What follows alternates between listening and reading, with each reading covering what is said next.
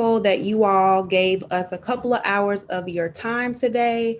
I'm so excited about this masterclass today.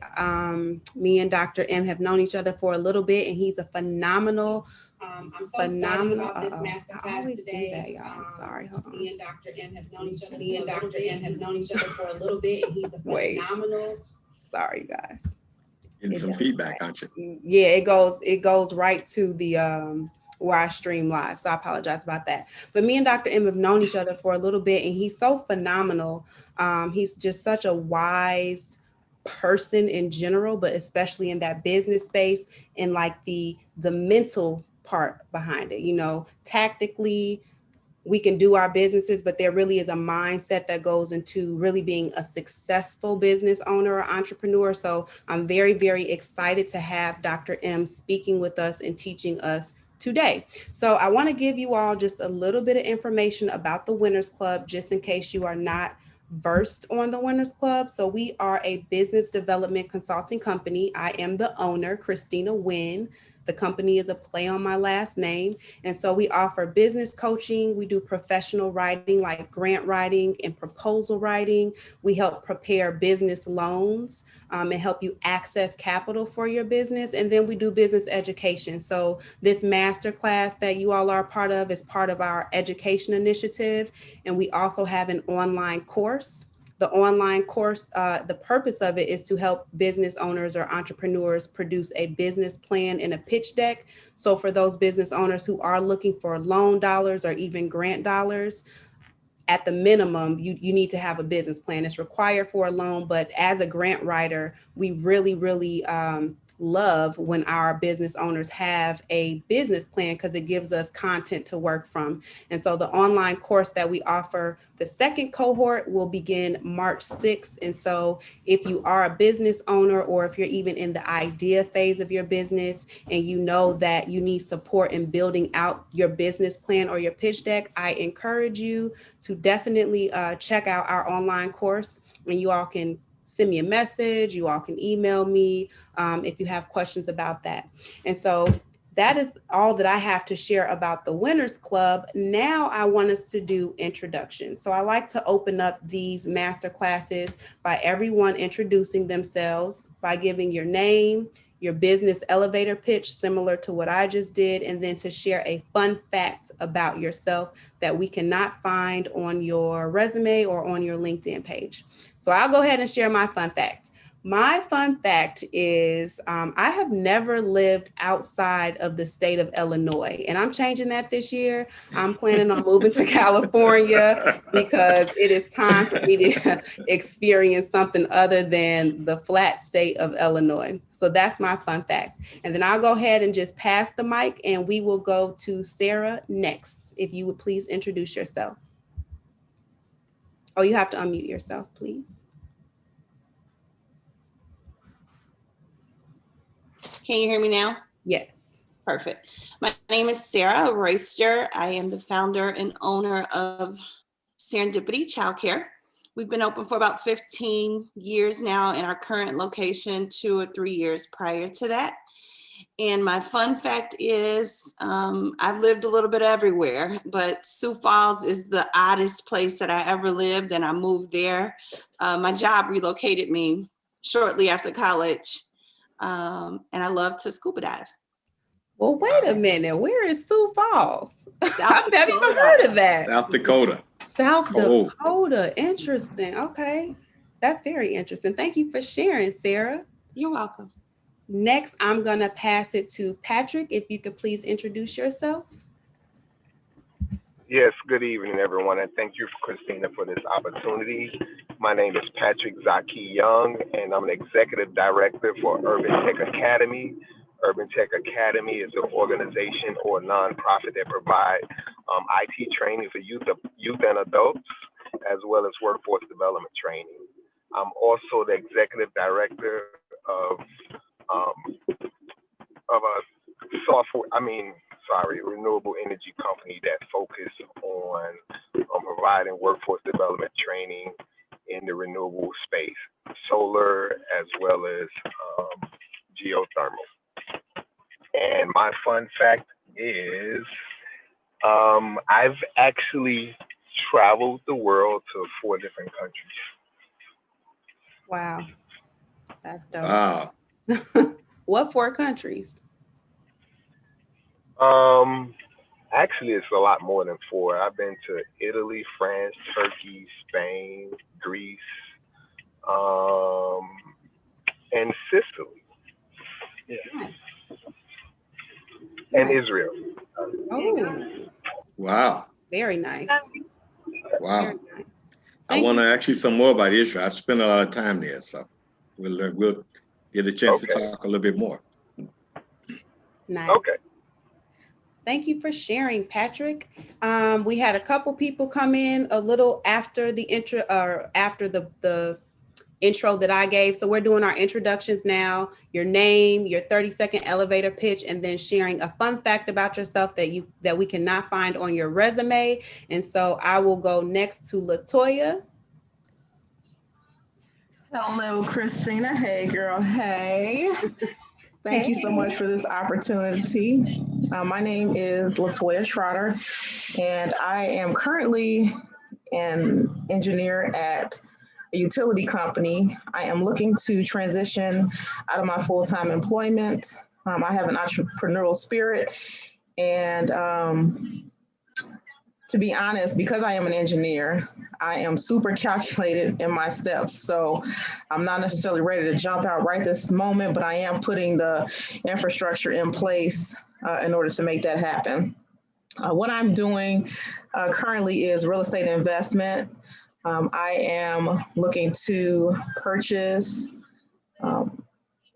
and rehab and also do wholesaling. My first 6 months, I want to concentrate on rehabs and flips and also wholesaling to kind of build up some capital. And then I'd like to move on to rentals and also do some Airbnbs as well. And after that, I plan on moving to multi-unit properties and just building my portfolio from there.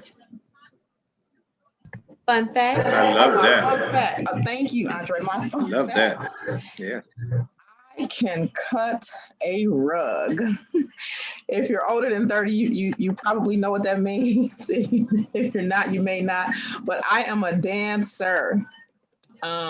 Most oftentimes when I tell people I'm an engineer, they don't believe me just based on my personality style and just who I am as an individual. But I am an engineer, and yes, I can dance. All kinds of dance. I love it. Yes, yeah, her camera isn't on, but she's one of the, what would I say? She is one of the most dialed up. Like she is one, you would never think she's an engineer. She is so glam. That's the word I was looking for. Glammed up. She's always in glitter. I'm like, girl, just glitter and heels all the time. Wow. It's wonderful. So beautiful. Thank you so much, Latoya. And last but not least, Lisa, if you could please give us your introduction. Hi, I'm Lisa Caluette. I am the owner and founder of May Magazine, where we tell the African American story in our own voice. And a fun fact about me is I once spent a whole night in a hotel room with Shaka Khan when she was like really, really famous. I mean, well, she's still famous, but she was big then. Esther Phillips, Lalomi Washburn, Pete Cozy, and he's deceased now, but he used to play with Miles Davis. So that's it. Wow. Cool. Okay, like, hello, somebody. She got the plug. Thank you for sharing, Lisa. Oh, we have our last attendee just popped in. So before we have you introduce yourself, Dr. M, I'm going to let Liz get connected to audio and introduce herself. Did Latoya give her fun fact? She can cut a rug. Oh, okay. Okay. You can't find that on the resume now. We'll know that she's an engineer, but we don't know how she can dance. I got you. Hi, Liz. Thank you for joining us. We are doing introductions. Hi. So we're giving our name, our business elevator pitch, and then a fun fact about yourself that we cannot find on your resume. Well, apologies for being late. I truly apologize. But yes, my name is Liz Rodriguez. I am the CEO and founder of Tails Up Chicago. Tails Up is a dog walking pet sitting service in and around downtown Chicago. We have GPS technology that tracks the dog, so pet owners will always know where their dog is at. I guess, yeah, one fun fact about me, I play violin. I've been playing for 17 years and actually was in college, I was in the CSO program. Yeah, there's a program for CSO, so I got to play at Chicago Symphony with the Chicago Symphony Orchestra at Sinfonietta. So, Wow. That's super cool. Thank you for sharing that, Liz. That's not on your resume? that is not on my resume. It needs to be. Right. Well, thank you for sharing, Liz. Thank you, everybody, for giving your introductions and sharing a fun fact about yourselves. I feel like we all know each other a little bit better. And so now I want to allow our expert speaker today to introduce himself, and then he'll go right into the presentation. If you all have questions, I'm sure it's okay for them to just ask questions as you go. So just feel free. This is conversational. He's definitely going to teach us, but if you all have questions, please make sure you ask your questions as well. And so now I'm going to pass the mic to you. Let me thank you so much, Christina. And first of all, it's a pleasure to be sharing with this mastermind team. I look forward to, being a part of other opportunities to hear other people share great ideas. Let me give my fun fact first, and then I want to just give a brief introduction into myself. So my fun fact was that I had an opportunity to spend time with the Dalai Lama in his home in the suburbs of Chicago. It was the most surprising thing because I was a part of a project and we were interviewing 3 Nobel Peace Prize winners. One was a guy out of Israel, and the other one was the Dalai Lama, and another was someone in New York. And so we scheduled an appointment to meet with the Dalai Lama and found out that he had while he was in the United States, he lived in a house in the northern part of Chicago, guarded by Secret Service people and others. So I was able to go there. We had food, and it was 3 of us, and took pictures. It was a real fun person to be around. So that's not on my resume, but it's one of the highlights of my life. So I'm Moriel McClerklin. I'm an entrepreneur. I'm the president and CEO of Southland Care Coordination Partners, which is a healthcare company. We're located in Matteson, Illinois, and I'm an author. Just finished another book that I'll be speaking from today. Is called Triumphant: The Inward Path to Business Success. And I'm a business builder and a business consultant. And I've consulted with entrepreneurs as well as nonprofit organizations that's seeking to build a social enterprise component to their work. So that's my background. I have a doctorate degree in business. So I know both the practical side of it and the theoretical side of it. I started my first business when I was 6 years old, believe it or not. And I've been in some form of business ever since. The way I got started in my first business, I was seeing all these soda bottles on the ground in our community. And so I thought, man, I need to be trying to help clean up the community. And so I grabbed my little wagon and I started grabbing the soda bottles, putting them in my wagon and carrying them around to the bottling plant and got 2 cents per bottle. So my goal was always about 50 to 100 bottles, which is a lot of money for a 6-year-old. And then when I was 12 years old, I started a lawn care business. My father brought me a lawnmower, and I went out through the neighborhoods, and I was cutting grass and making about $50 to $60 a week, as a 12-year-old person. And then when I was 16 years old, I had my own paper route, recruited people, and managed that route. And I've had all kinds of businesses. I've had a smoke-free, alcohol-free nightclub in St. Louis, which was very unique and interesting. A vegan restaurant, and you'll be able to tell I'm very much into health and wellness.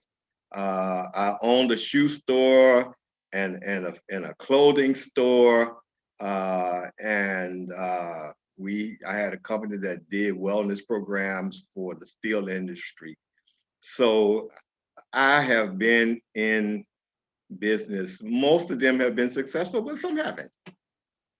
So what I say is that I've experienced enough to know a lot of the do's and the don'ts and the ins and the outs of building and growing a business. The current company that I own is a six-figure company, a seven-figure company. I mean, and doing extremely well. You know, have a lot of retained earnings. So I know what you do to fail in business, and I know what you can do to succeed. But I think my focus in this book, and let me just share the book cover so that you'll see it, and then I can talk from there.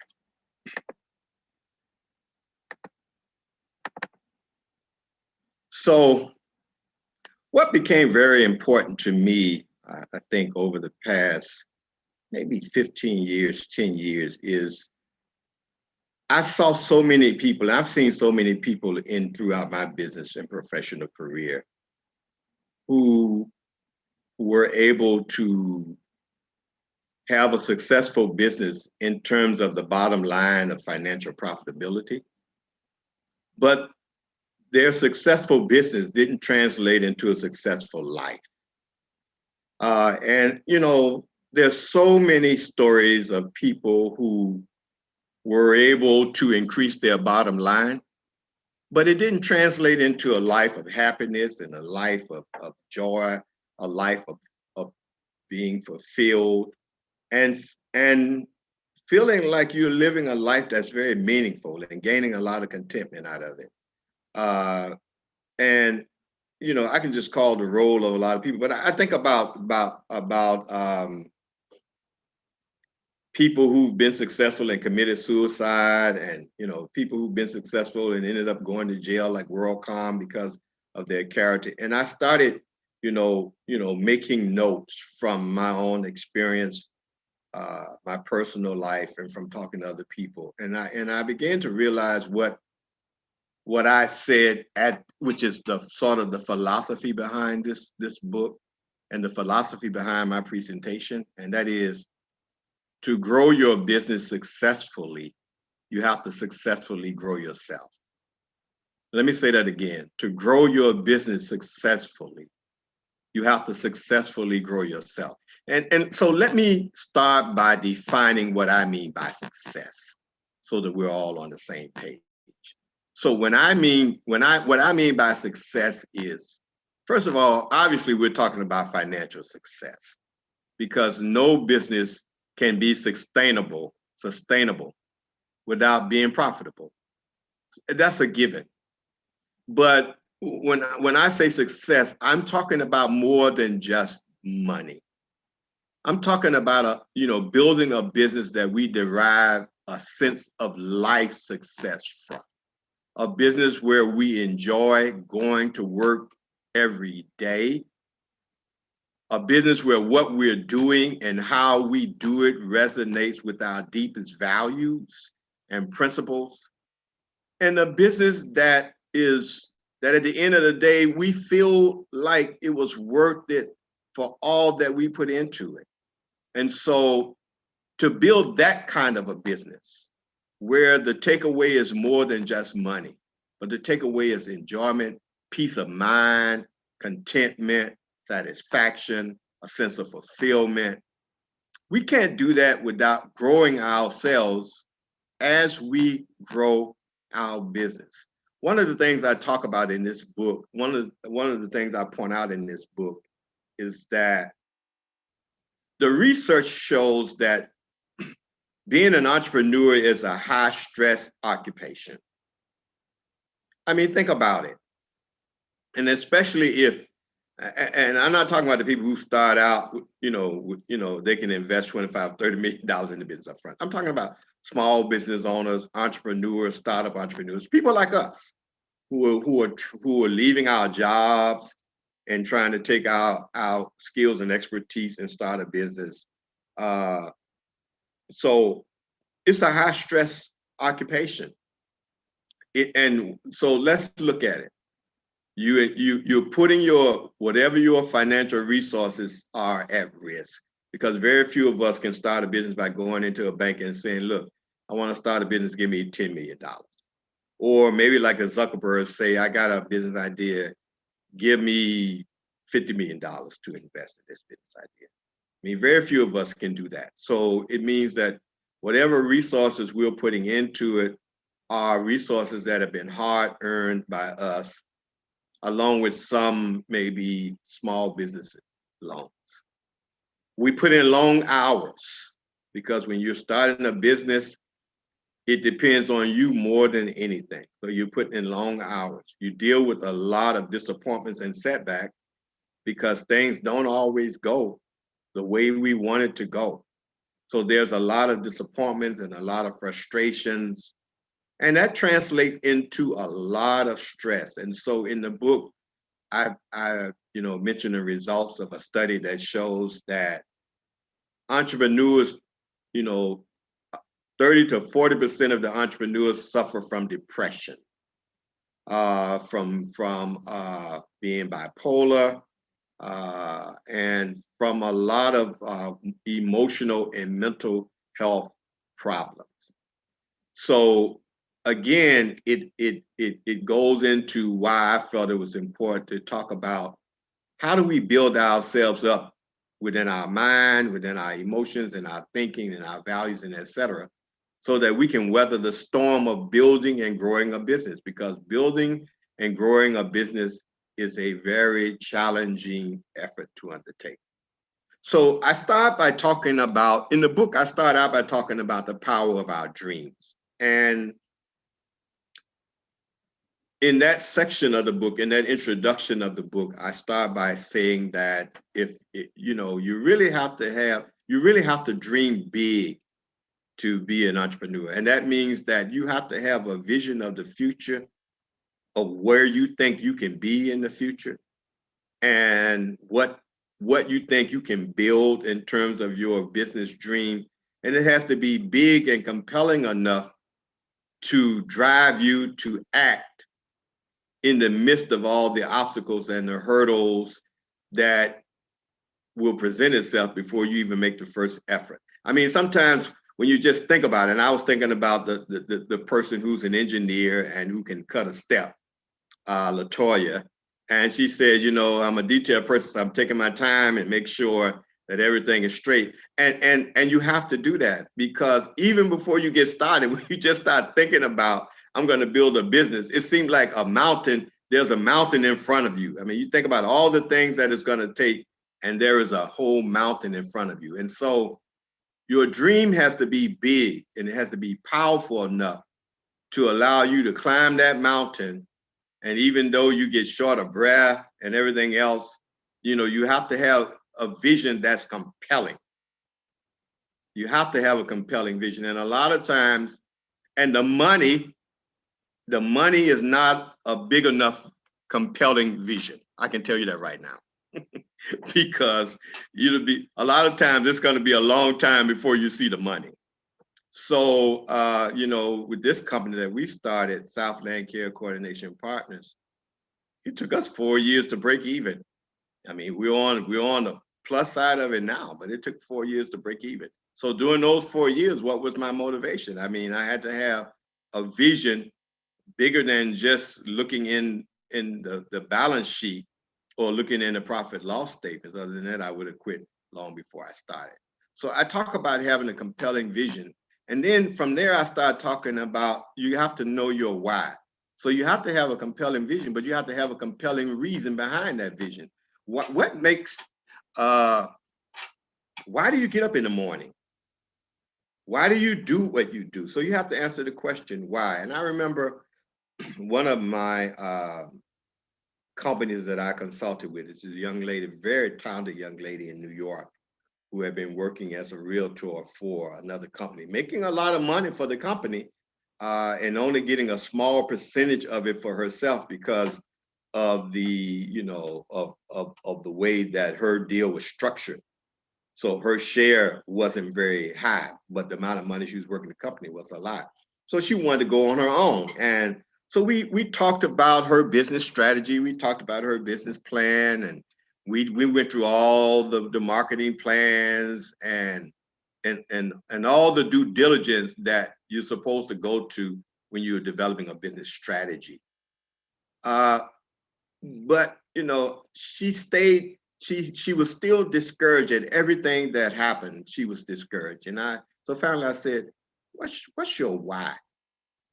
What's your why? I mean, why are you doing this? And then so she thought about it. She couldn't answer the question.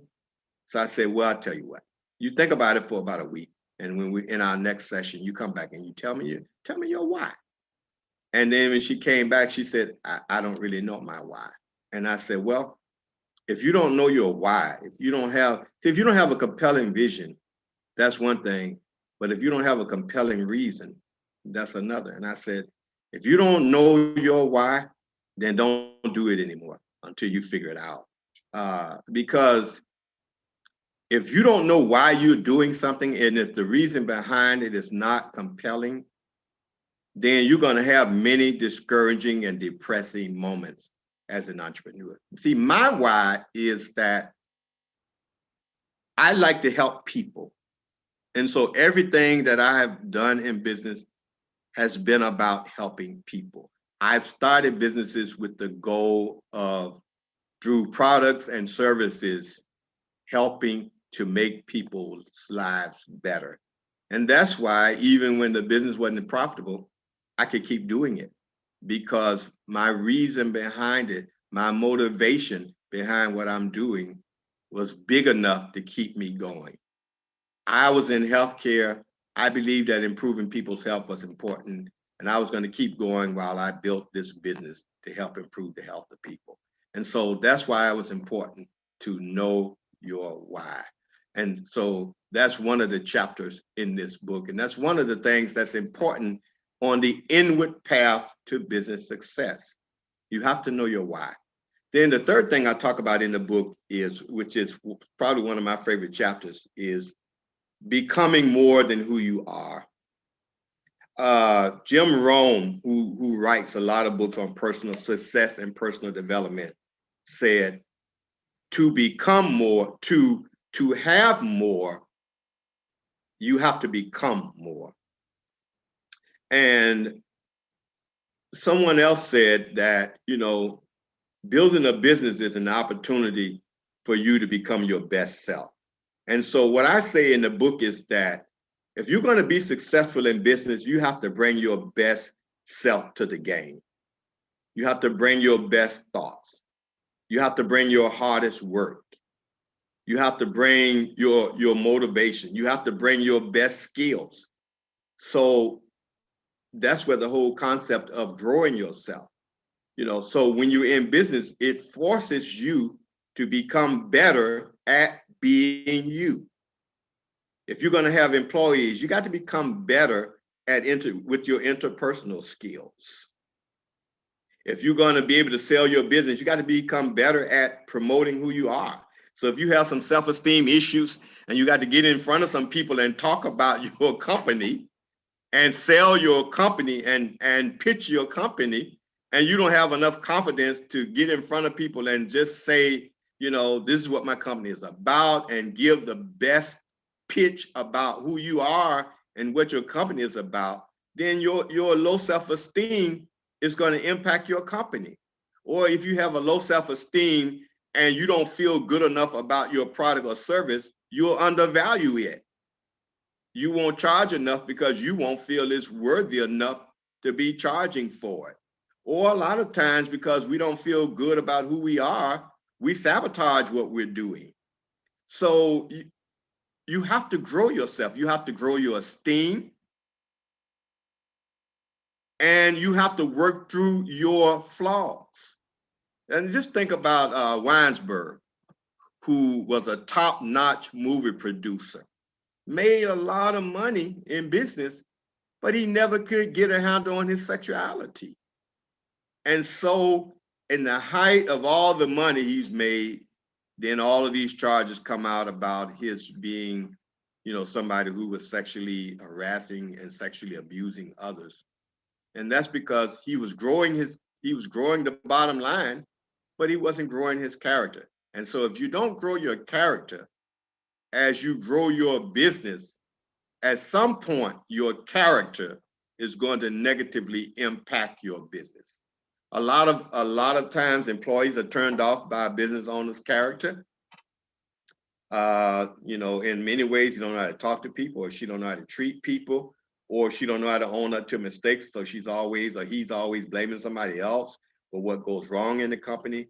So again, there's so many examples of where our character can impact us. And in the book, I spent a lot of time in Africa too, in developing businesses in Africa, mostly unsuccessfully, but it was a great experience being there. And I talk about the main problem. We had a lot of opportunities on the table, but we just had some character defects that, we had to overcome. One, we didn't know how to be honest with ourselves about our capacity. So we kept selling ourselves as if we had a greater capacity than we had. And then when people said, okay, we're ready to do business with you, we weren't ready to take advantage of the opportunities because we didn't have capacity. And we just wouldn't be honest enough upfront about it. So it's just things like that. So that chapter is becoming more than who you are. And what I say in the book is that you have to hear the call of your better self, of your greater self. So the call to be an entrepreneur is the call to our better self. Because if you're going to be successful in a holistic way, you have to bring your best self to the game every day. And that means that you have to take time to stop, to reflect on who you are, to reflect on your strength, to reflect on your weaknesses, and to see where the areas you need to grow are. You have to take time to talk to other people and say, where do you see me growing to become better at being who I am? So you have to take time to really know, what your weaknesses are, and then you have to, focus on growing yourself. So that's an important chapter. And then I'll just mention one more that's two more that's very critical for me in terms of entrepreneurs. And I have a chapter called Keep Your Head in the Game. And in that chapter, I start out talking about, my oldest daughters who, when they were young, I got them involved in tennis. We were living in Orlando, and so the weather was good year round, Orlando, Florida. So I used to play tennis every day. And so I got them started playing tennis. And then when we moved to Ferguson, Missouri, I hired them a tennis coach.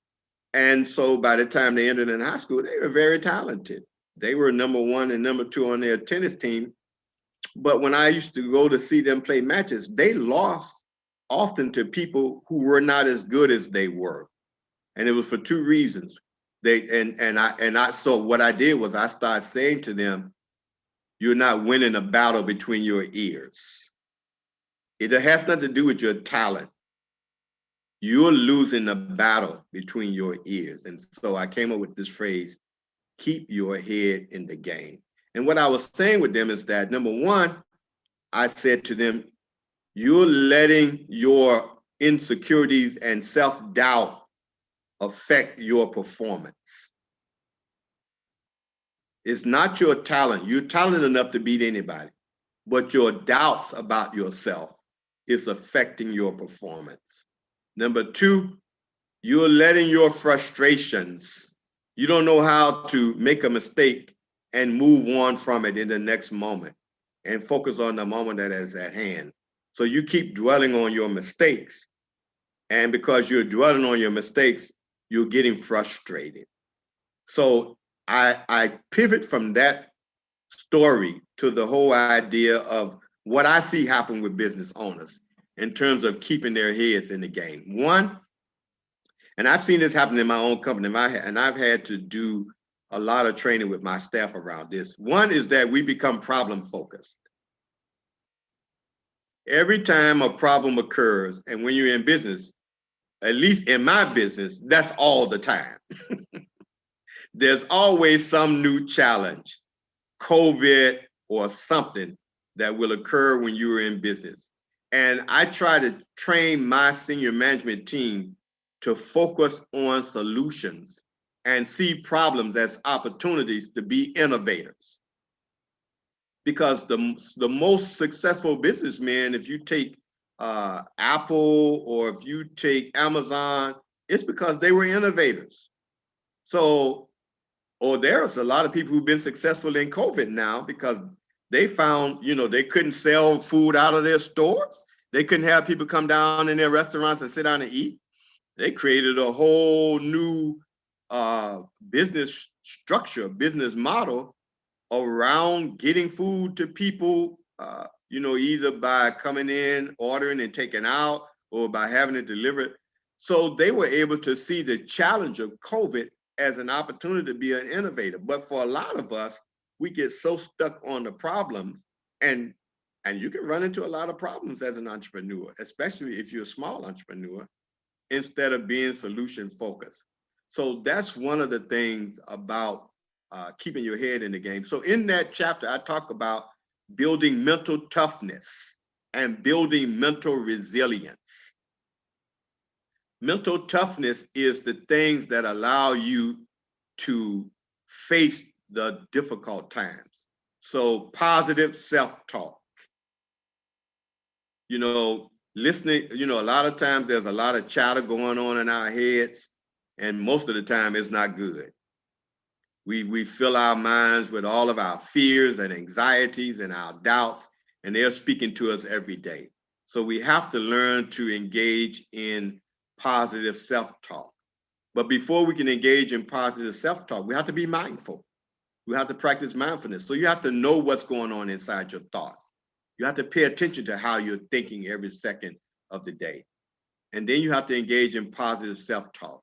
So that's a part of how you build your resistance. You have to put little notes and little signs around your desk that keeps you focused on the strongest mindset that you can possibly have. So I have quotes all around me that just keeps my mind solid and focused.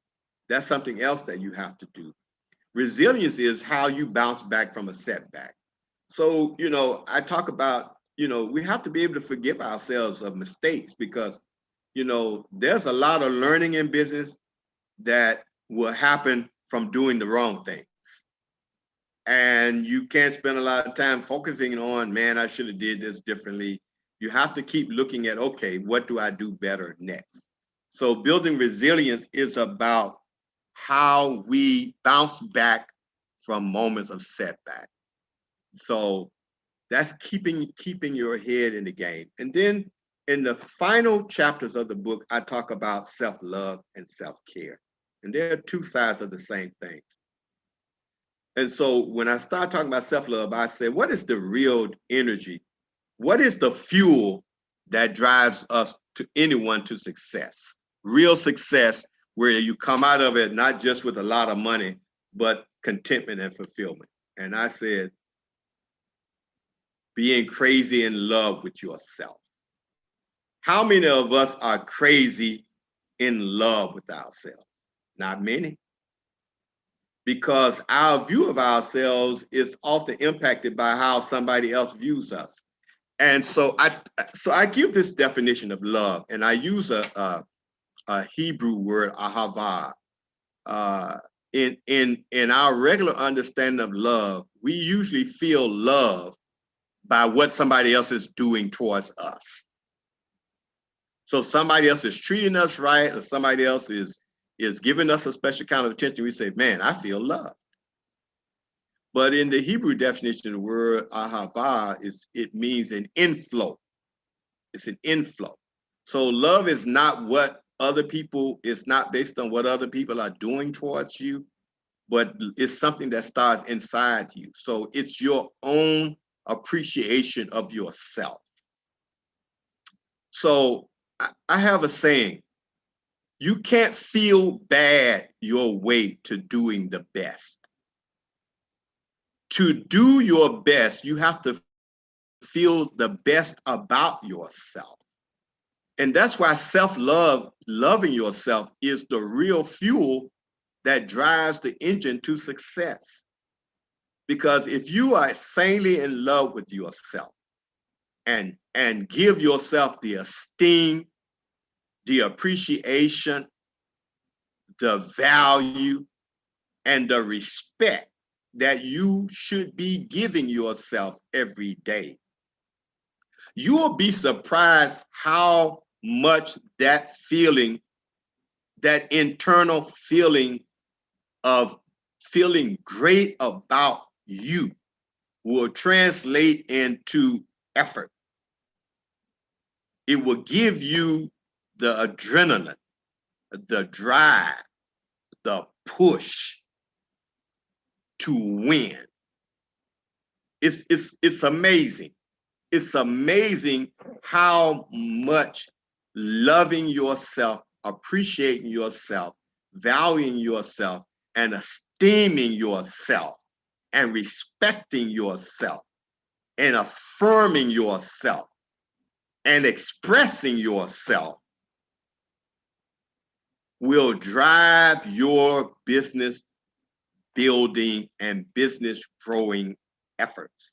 And so that's why I close the book out by just talking about you got to, drown yourself in love for yourself. You have to immerse yourself. You have to shower yourself. And then you have to express that love in care, self-care. One of the biggest problems with entrepreneurs, and I know it's true because I'm guilty of it, is that we don't care for ourselves. And I talk about this whole idea of, I use the word tending to ourselves, and I get that term from being a gardener. There's potential in a seed. Think about a seed. Think about a plant seed or the seed of collard greens or cucumbers or tomatoes, whatever you want to think about. There's potential in that seed, but you can't get the potential out of the seed unless you plant the seed. Then you have to water that.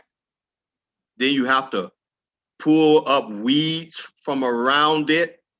Then you have to fertilize it. You have to do all of that for the full germinating potential of the seed to come forth.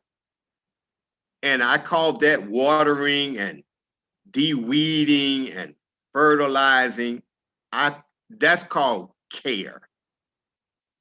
Plant seeds need care. Now think about the potential that's germinating inside of us. There's awesome potential in all of us to be as great as we want to be. But that potential can't come forth without care.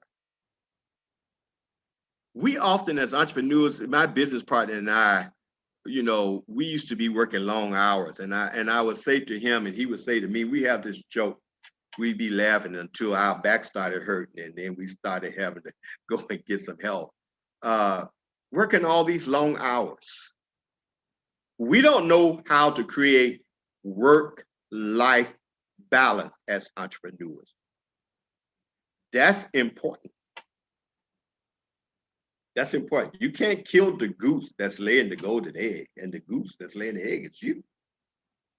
So we have to develop work-life balance. That means that we have to take time out from our businesses. We have to include in our schedule time for massages, time just to get away, time to relax, time to do yoga, or time to play golf, or whatever self-care looks like to you. You have to take time to make sure you're nurturing yourself. And first of all, you have to nurture your mental health. Your mental health has to be attended to. So you have to be constantly doing things that protects your mental health, that promotes your mental wellness and emotional well-being. Whatever that means. For me, that could be sitting back, listening to some jazz. I take breaks in the middle of the day. I do like they do in the East. I take what they call it in Mexico, where they break in the middle of the day. I do that. If I'm going to work a long day, I'll work from 8 to 12, and then I'll go home, and then I'll come back at 4 and work from 4 to 8. So and I find those breaks in between to be helpful, so that I don't burn myself out. And then as business owners, we also have to tend to our physical health and well-being, because we're under a lot of stress, and that stress breaks down your body. I had a friend who was trying to build a business and wouldn't take time for just to go get a simple checkup. And I saw him limping after one of our business meetings. And I told him, you need to go get that limp checked. Of course, he didn't. And then when he finally got it checked, he had gangrene in his leg. Got it. That leg was removed. This happened 2 years ago. He was one of my best friends. His leg was removed. Then they had to remove the second leg. And then within months, he had died. So, it was something that he should have gotten checked. But a lot of times we don't check on our physical health. So self-care is critical. So all of these things are important to what I call the inward path. It's how we, focus on our mind, our thoughts, and ourselves, grow our esteem, grow our mental toughness and resilience, care for our emotional state, build our character, address our self-sabotaging behavior, because a lot of times we work against the very good that we're trying to seek for ourselves. So addressing the self-sabotaging elements of our character, all of those things are what I call the inward path of business success. And when you have traveled the inward path, then you can build a business that's not only financially profitable, but at the end of the day, you can sit back and you can feel good about who you are, where you are in life. So I'm going to stop there just in case you may have some questions.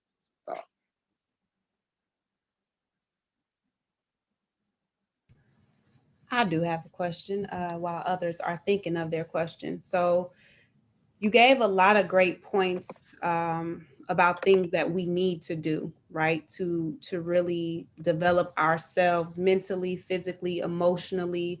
Can you give us some tactical ways to go about doing some of this stuff? Sure. Thank you. For me, I use the term a reflective person. And that means that I spend a considerable amount of time putting myself under the microscope. And so that's where for me, becoming your best self starts. It's taking time out and putting yourself under the microscope and asking yourself, how can I be better? So it's writing down, thoughts about what you see as growing elements of your character. I don't want to call them flaws. I'm just going to say the growing edges of your character. And we have to constantly do that, to constantly stop, reflect, and ask ourselves, okay, what are the growing edges of my character that I need to address? The other thing that I do is that, so I take time and I look into myself. The second thing I do, and it's still a part of being a reflective person, is that I take time and I think about my circumstances. And I ask myself, how is this moment trying to mold me and shape me? Especially when I'm in moments that are challenging, moments that are demanding, moments that are stressful. And when you are starting a business or trying to grow a business or get a business really where it excels, where it's that you've made it and it's just going to keep on getting better. It means that you're going to face a lot of difficult moments. And it means extracting from those moments life lessons and business lessons. So, so I'm often looking into the circumstances that I'm facing as an entrepreneur, and I'm saying to myself, how can I grow from this moment? Grow as a person, but grow as a business owner. How do I pivot? How do I adapt in this moment? So I've been very good at that.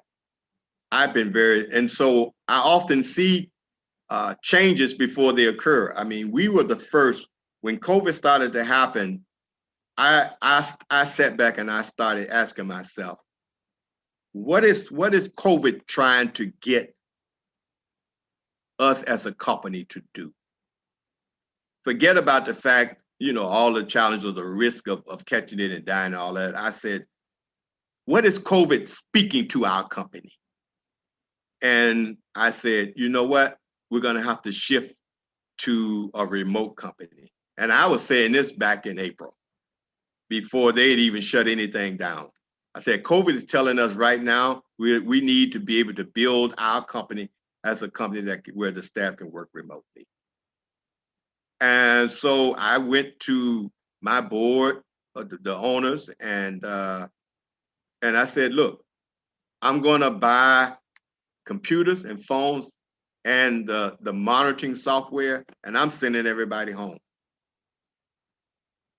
because it's coming. It's coming. All we have to do is look at where it's going, and we know it's going to get there. We don't need to wait. So by May, we were already home.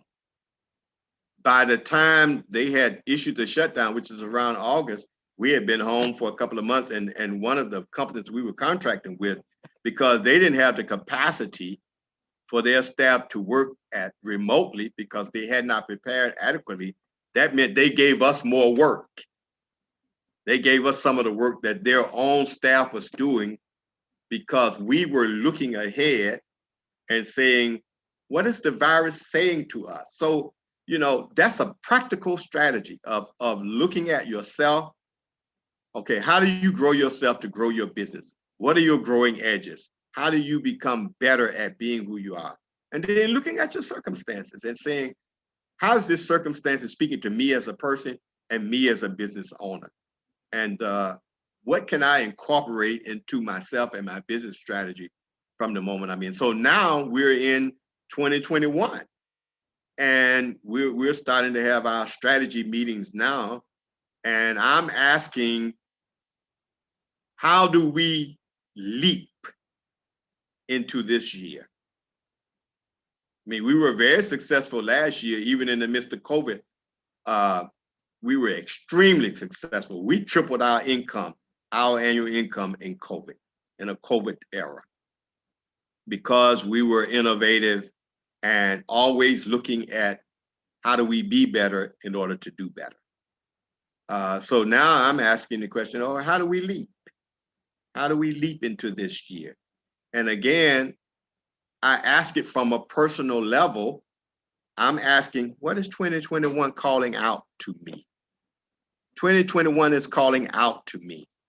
It's calling my name. What's it saying? It all starts with, to grow my business, I have to grow myself. So what's it saying to me as a person, but as a business owner? What's it saying?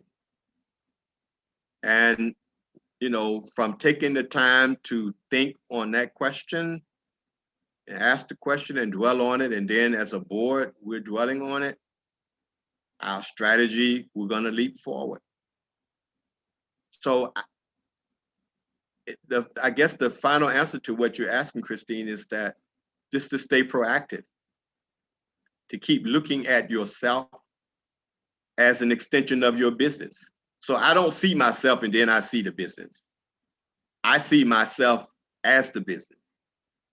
So I don't ask questions about how do I grow the business.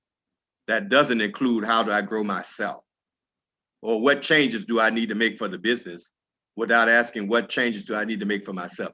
Every change that I'm making for the business has to include a change that I make in myself, because you can't grow your business without growing who you are.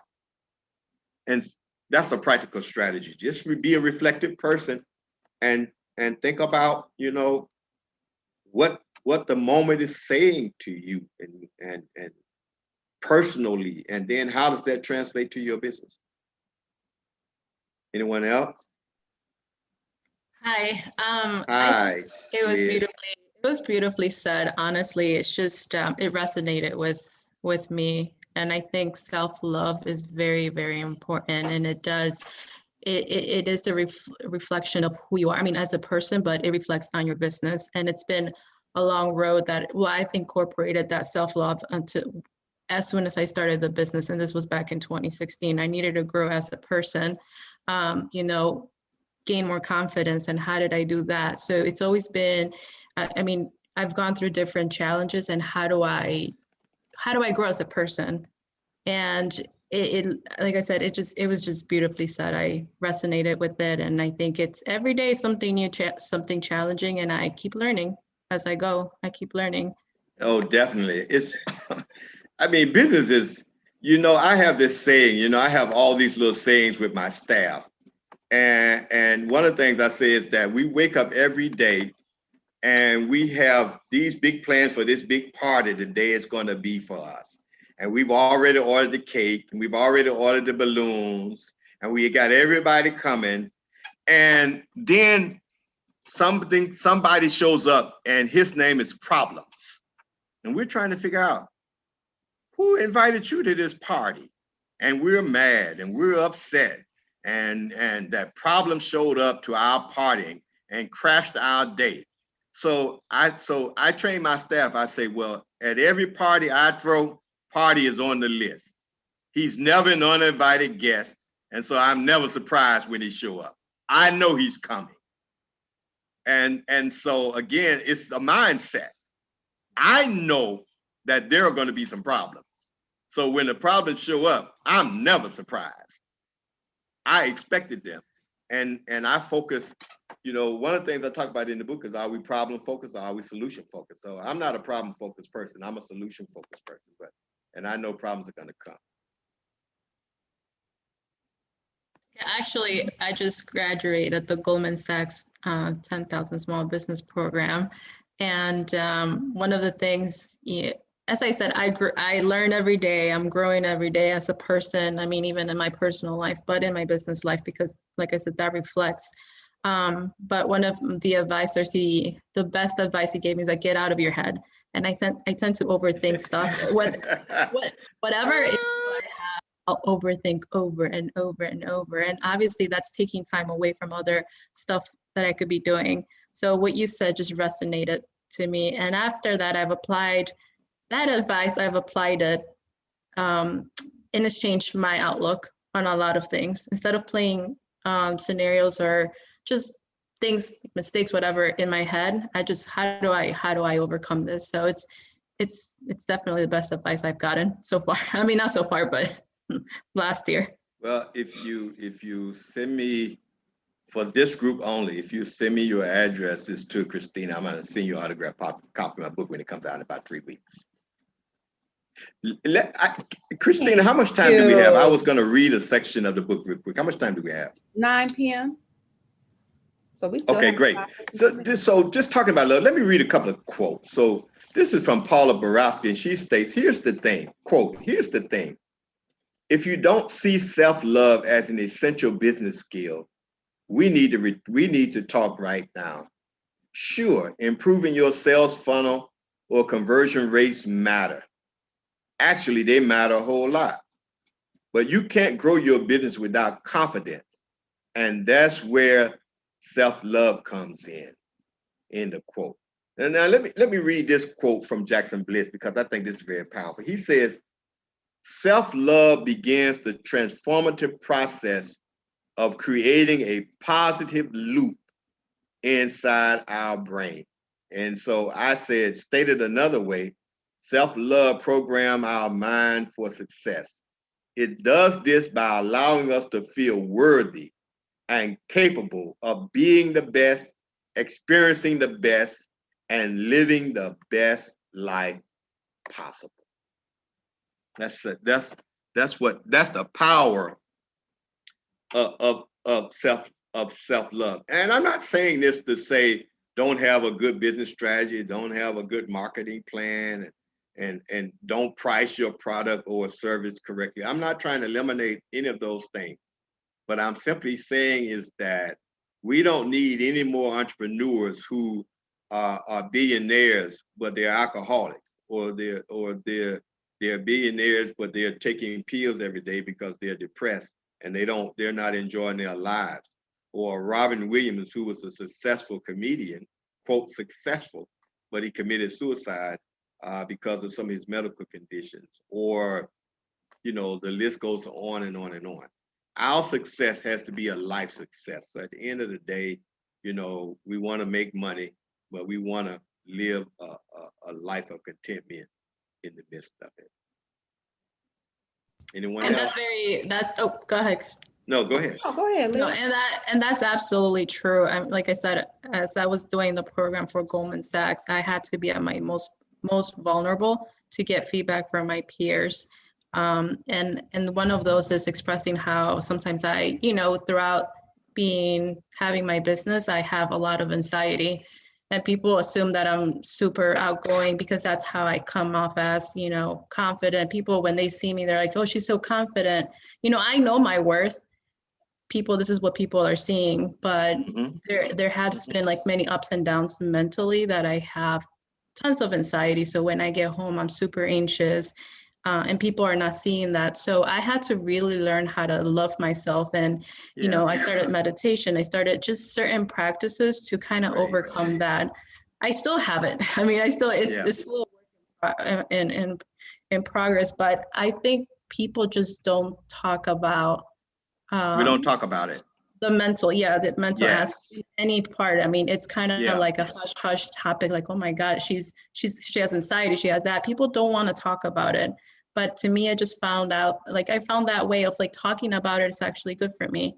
I can't That's the problem from entrepreneurs. I talk about it in the book that we don't want to talk about our mental and emotional struggles, but we all have them.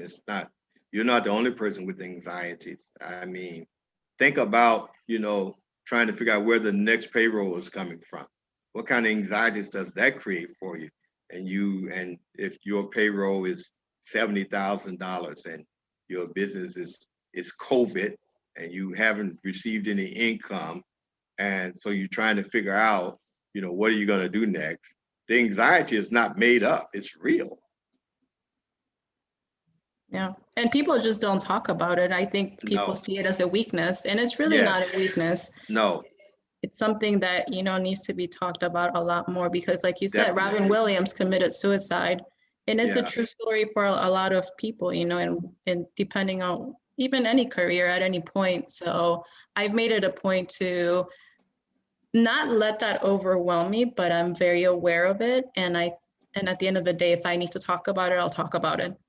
However, and I've been in a lot of different types of entrepreneur training programs. And again, and this is what I say in the book, is that we're too focused on what we call upstream strategies, which is, all the business plans and the marketing plans, et cetera, and not downstream strategies, which is how do you align your business with who you are? It's not just a matter of just keeping positive and staying strong.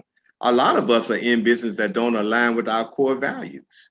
Can you imagine, for example, when I did the smoke-free, alcohol-free, I just wanted to have an entertainment place where you didn't have to, die to be entertained. I didn't want you to be dying to be entertained. So, I wanted to align my business with a value system that I didn't think that you needed to be breathing secondhand smoke just to enjoy yourself out. Of course, it was a unique business model because everybody said, you crazy, nobody's coming there. And I said, well, we'll see. If the entertainment is good, people may go anywhere. People went outside to smoke, but they packed the place.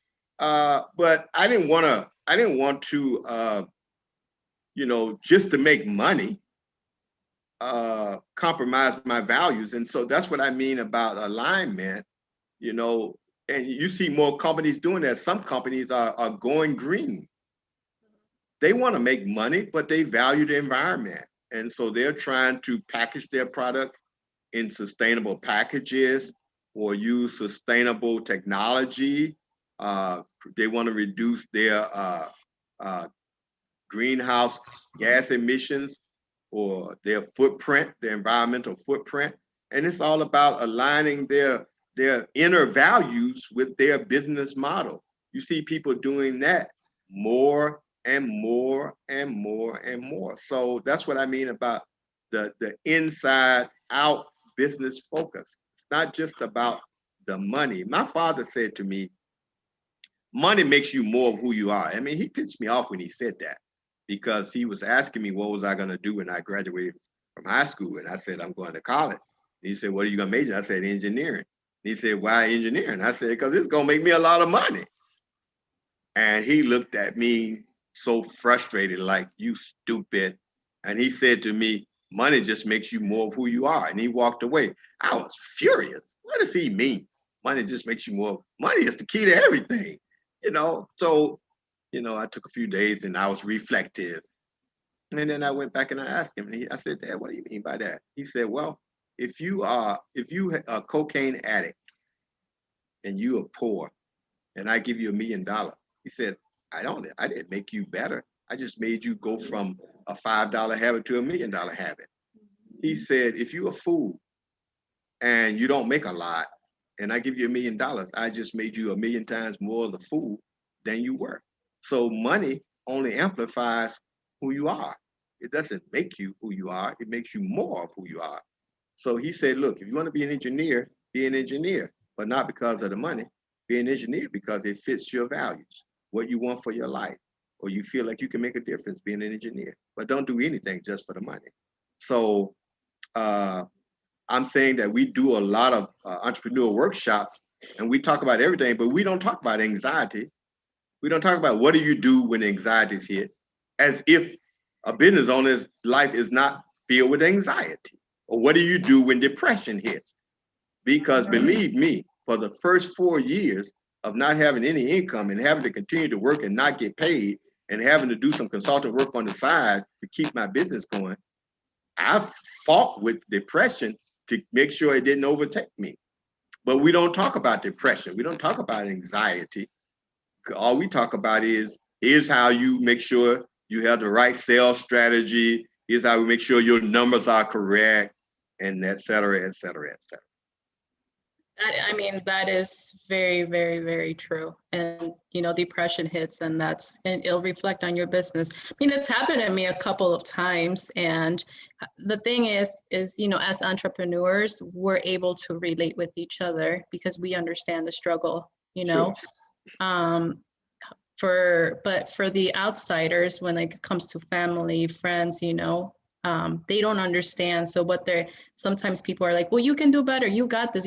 But that's not what you want to hear at that moment because it's really not helping. They don't understand what you go through as an entrepreneur. Yeah. And that just makes it a lot harder. I mean, luckily in the years that I've been in business, I've been successful at it. So it hasn't been really a financial struggle, but it has been more of like an overwhelming sense of like, you know, expectations. People are expecting a lot more from me. And then there's times, you know, for me, it's that thought of like, what if I fail at it? You know, so I had to really stop myself at many points. And I still do. I mean, because I revert back to that thought sometimes, but it says, who am I trying to impress? This is what I've been doing. I know my worth. I know that I'm good at it. I can't keep, I can't just have people expecting that I'll always do the best. So I just had to kick myself out of that habit. And it's actually, like I said, it's been a work in progress, but it's helped me a lot in a lot of ways. And saying no has been the best thing I've ever done, because for me, it's always, I'm a yes person. I would always say yes. But saying no has been one of the habits that I had to start. And it's been great. And I That's just want to good. say, I want to piggyback off something Liz just said, because last year I had a revelation. I literally had a revelation. I am a perfectionist to a fault. Mhm. Okay. Mm. So I had a revelation last year and I said, Christina, you will never be perfect. You'll never be perfect. And to the people who expect that from me, because I've allowed you to put that pressure on me, I'm going to disappoint you. I've been telling people this all 2020. Listen, I love you, but I'm going to disappoint you. I am not perfect. I'm not going to continue to try to Virgo issues. Yeah, it is Virgo issues. It is like, but I'm not going to continue to allow myself, because it literally, it impacts my value of myself, how I see myself, because I'm pissed because I'm not doing stuff perfectly. But the reality of it is, it's like I really can't do it. You know, I can do the best that I can do, and I'm gonna always give the best, but I'm gonna take that pressure off of myself and not continue to try to operate from a lens of perfection and just a lens of progress, knowing that every time I do something, I'll continue to get better and hope that the people who I encounter will have a level of grace for me, because hell, I'm not perfect. Nobody is. So I had to say, I had to piggyback off of that because that just hit me in the heart. And it's true. I mean, one thing that I guess over the course of me being in business, and I've heard this about maybe 5, 6 times, I've heard some people say, you're too nice. And at first, it was a compliment, but then I was offended. You have to be a lot more aggressive. You're too nice. And I was talking to a friend about it, like, months ago. I said, hey, it made me feel some type of way. Because to me, that's offensive. Like, what does too nice mean? And so after that, like I said, when I was doing the Goldman Sachs program, and, Daryl, my advisor, he's like, you have to get out of your head. And because I made this comment to him, he says, people don't define who you are, True. and if you're too nice, it's True. fine. This is who you are. You don't have to change True. yourself for anybody else. And that's kind of like the thought that, I've applied that, it's people are going to say what they are, but they won't be in my shoes ever. They won't understand the stuff that I go through every day. So as I said, what you said about self-love, it just resonated with me because I've been working very, very hard at it. So. But that's a good sales pitch for your company. What's the name of your company? Tails Up. The business that cares. See, we don't have to reject who we are to be in business. We just have to align. That's your why. You just explained your why. That you are a person that cares. And so if you give me your dog, one thing about it, he's gonna be treated nice. Matter of fact, he's gonna be treated too nice. So, it's just a matter of aligning our business approach with our character and making it all fit into one thing. So you don't need to be in a business. You don't need to be in the business where you got to beat somebody up, because that's not you. So you need to be in a business where being nice creates a value, profit, a proposition, value proposition. So if you take care of my dog, I want you to be somebody nice. I don't want somebody mean taking care of my dog. Yeah. So just sell, that's you, sell you. When you talk about it, talk about, hey, why are you in business? Because I'm nice and I saw dogs. I know that people need their dogs taken care of, and I know their dogs get abused. So I wanted to have a business that was, being, operated by a nice person who will be nice to dogs. Oh, shoot, we need her. Hey, go take your dog there. Why? She's nice. Don't change.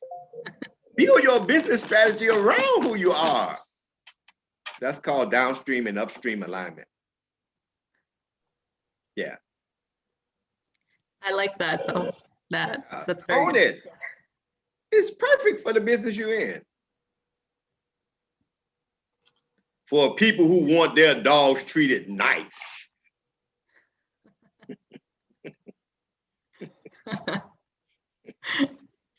It's true, but. Hi, I'm Liz. I'm a nice person. Okay. So Yes. I'm really glad I came tonight, that I logged on, because I learned so much. I know my why, but they wanted me to do, I had this concept to do a May Magazine Minute, where it's like a Facebook Live or something like that. And conceptually, I was going to do it with a friend of mine who's an actress on a television show. Mm-hmm. And I was talking to the guy in marketing. He was like, no, you should do it. So I had been struggling about, well, what would I say or what would I do? But I saw someone build her business doing that. She'd just be driving and talking, and then her tagline is, surfs up where we make shit happen. and, and she would say that, and she, no matter what she was talking about, she'd throw it in there, and it resonated with me. So I understand that I just have to be me, but I'm a writer, and so I'm naturally an introvert, and I love being behind the scene. I love writing, and and them saying the words that I wrote, not so much me saying what I wrote. So, but I decided today, I set up my Twitter account, so I'm going to start tweeting. And I decided that I'm going to go ahead and do the Facebook Live. And I'm going to keep showing up and start out doing it once a week. And hopefully. So is your business model now, you said you like being the power behind the face of success. That's what you're saying? Yeah. I mean, I love writing and producing. So, yeah. Writing and producing what? Can you say a little more for me? So, what content? So I write screenplays, and okay. So I love writing, that and doing that and creating and telling that story. So I think I'm really a storyteller. So May Magazine is to tell political stories. It's not a fluff magazine. Nothing wrong with a fluff. It's just not the stories I want to tell. And just to tell the amazing stories of African Americans and Africans. And, tell all our stories, the good, the bad, the ugly. Like we put in every African American that was killed by the police. In every issue, we put all their names in there, because there's this whole adage, for every one we know about is 10 we don't. Well, in reality, it's more like 25 that we don't. When we learned about when George Floyd happened, 80 something African Americans had been killed by the police by then. So we only knew about 3. So I want those people, those families, people deserve to know about them too and their stories. So anyway, and also tell the stories about entrepreneurs and, people that are doing amazing things that look like me also. So your business, you have a business already? Yes. Company? Yes. And the name of your company is?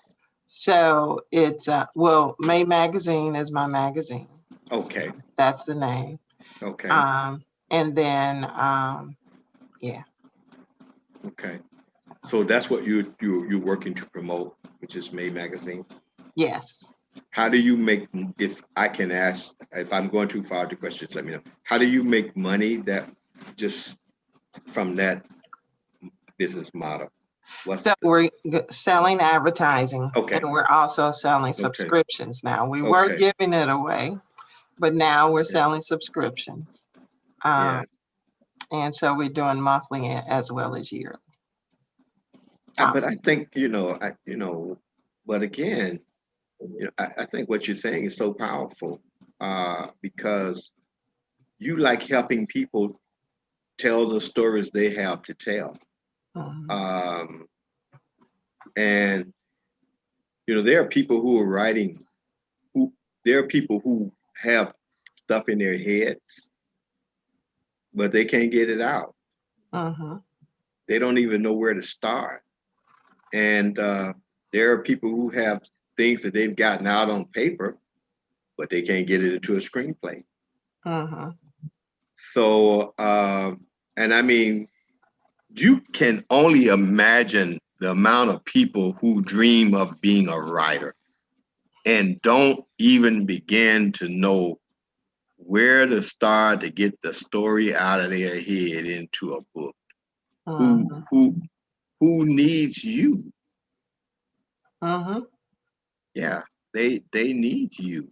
And so there's certainly, and all of the people that I know that's making money off of helping you to tell your story and go from a thought in your head to putting it on paper to getting it published. I don't know very few Black companies that do that. Most of the people are white. I mean, I published through Amazon when they had the creative site, and I published through BookBaby because I didn't know. There's one company I know that's African American. They were too limited in terms of content, and I didn't want to go through them. And because they don't print, they were only going to do what I was going to do, which is take it to somebody who can print on demand. So, but I have people talk to me all the time about they want to tell, they have a story up in their head. They need somebody to help them get it out. So those are ancillary opportunities in terms of helping people write and publish. And then there's another group of people who can imagine their works on the screen. And they're looking for a screenwriter. So I don't know who was trying to get you to change your business. You said someone's trying to get you to change your idea. No, well, one woman did tell me, she said Ebony couldn't make it, so why you gonna make it? And so at first I kind of believed her. And then I was like, I'll show you how I'm gonna make it, because Ebony had just went under, which when you think about it, Ebony did make it. They just, maybe. Well, you have to diversify. You see Right. that we're in the age of diversification. I mean, there are, if you say my passion, don't deal with the how. You said your dream, your compelling vision, and your compelling reason. I didn't hear your reason, but I heard the vision, and that is you like to be the power behind success for authors and writers, and so if that's your vision, then there are so many ways in which you can express that. That's instead of just limiting yourself, and that's what happens to companies like Ebony, is that in 1960 you can print Jet and Ebony and make a lot of money, and you can publish online, and you can get the Black story out. But in 2020, you have to diversify. You can still do those things, but there's other ways of getting the story out. And they don't know how to be innovative. And I'll give you a quick example before I stop. Let's take the trains. In the 1880s, when people didn't want to go by horse, the fastest, most comfortable way to travel was by train, right? So Penn and all these other train companies, they had the wrong idea. They didn't realize they were in the people moving business.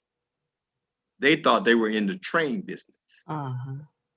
Okay, so they were never thinking about, okay, what are other ways we can move people? Well, hey, what about trying to move people by air? What about, they leading the pack in people moving.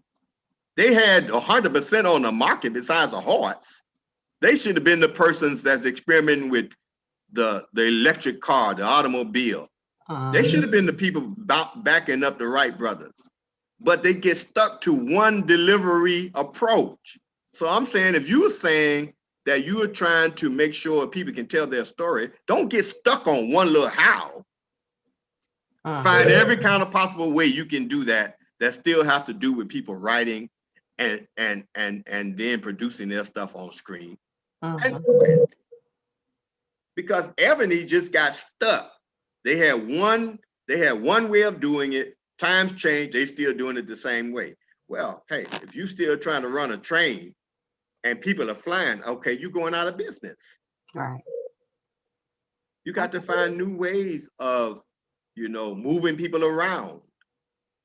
And then from the airplane to the automobile, then you start creating the flying car or the car that nobody drives. And then you keep on saying, okay, how else can we move people? Just keep asking the question. Or you keep listening for the call. What is this moment saying to me? What is this moment saying to me? Okay, it's saying that you're going to have more than a magazine and a little jet. It's saying that now you're going to have to be doing some other things differently. Get to doing it. Okay, how do I need to grow? How do I need to grow my thinking? I need to grow my attitude. Don't be stuck and stubborn in one way of thinking. Listen to the times, listen to the moments, adapt, innovate, adapt yourself, innovate. So I'm just saying to you that if you're going to try to just do what Ebony did the way Ebony did it, then you're going to go the same way Ebony went. But if but the market so it depends what you're trying to do. What business are you in? You say, well, I'm in the magazine business. Oh, well then, okay, then I don't know. But if you say, I'm in the business of telling people story, well, that's different. What business are you in? I'm in the magazine business. Well, I don't know how that may go. What business are you in? I'm in the business of telling people stories. Oh, then the sky's the limit. Okay.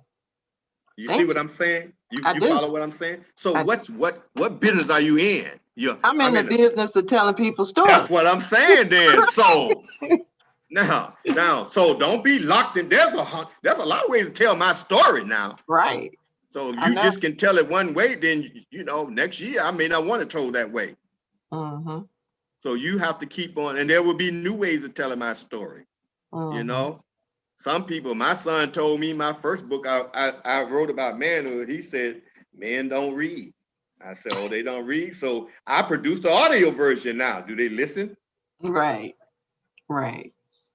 Still the same book. It's on audio. So do they listen? Okay. Right. Men do listen. So I sent it to them on audio. Said, I'm listening to it. Okay, good. Still the same point. I just want you to hear the content. Right. So if you Kindle, if you publishing, or some people say, well, men listen to smoke signals. Then I'm gonna try to get somebody that can do smoke signals and get the story out and have them pay for the smoke signals. It doesn't matter. What's my focus? My focus is, my focus is sharing wisdom. That's what my tagline is, sharing wisdom. What am I about? Sharing wisdom. An author is just a vehicle. Coming on this, that's a vehicle. Writing books is a vehicle. Speaking to people is a vehicle. What am I about? I'm about sharing wisdom. That's what I'm committed to. Gaining wisdom from my life and from others, from other people's story, and sharing it. How do I do it? In any way I can. That's your how. Don't confuse your how with what your business is about. Your business is about helping people tell their story. The how, it can be a lot of things. Okay. Okay. Thank you. Yeah. And it's true. I think 2020 brought a lot of that into people where they had to be a lot more innovative. I think 2020 was a very interesting year because I do feel like even myself, I guess I can speak for myself, but you get comfortable sometimes when you're, sure. You're growing the business. Like I'm comfortable, like, oh yeah, it's growing. Sure. I'm comfortable. It's like, this is great. Sure. And a pandemic that no one expected hits. And then you just say, oh, I'll be damned. What am I going to do now? So yes. I think 2020 was really a moment for a lot of people to just be innovative and just think about what they were going to do next. Like you said, you know, Yeah. it 2020 vision, 2020 vision. Yeah. We ought to be able to see clearly now. Yeah. And that's a part of what I say when I talk about growing ourselves. I'm talking about a lot of times how we approach life with such a stubborn mindset about life that we are not willing to, and it's not just about business. It's just in general, we're not willing to open our minds up to a, and so we get stuck. Take that character trait and we say, I'm in restaurant business.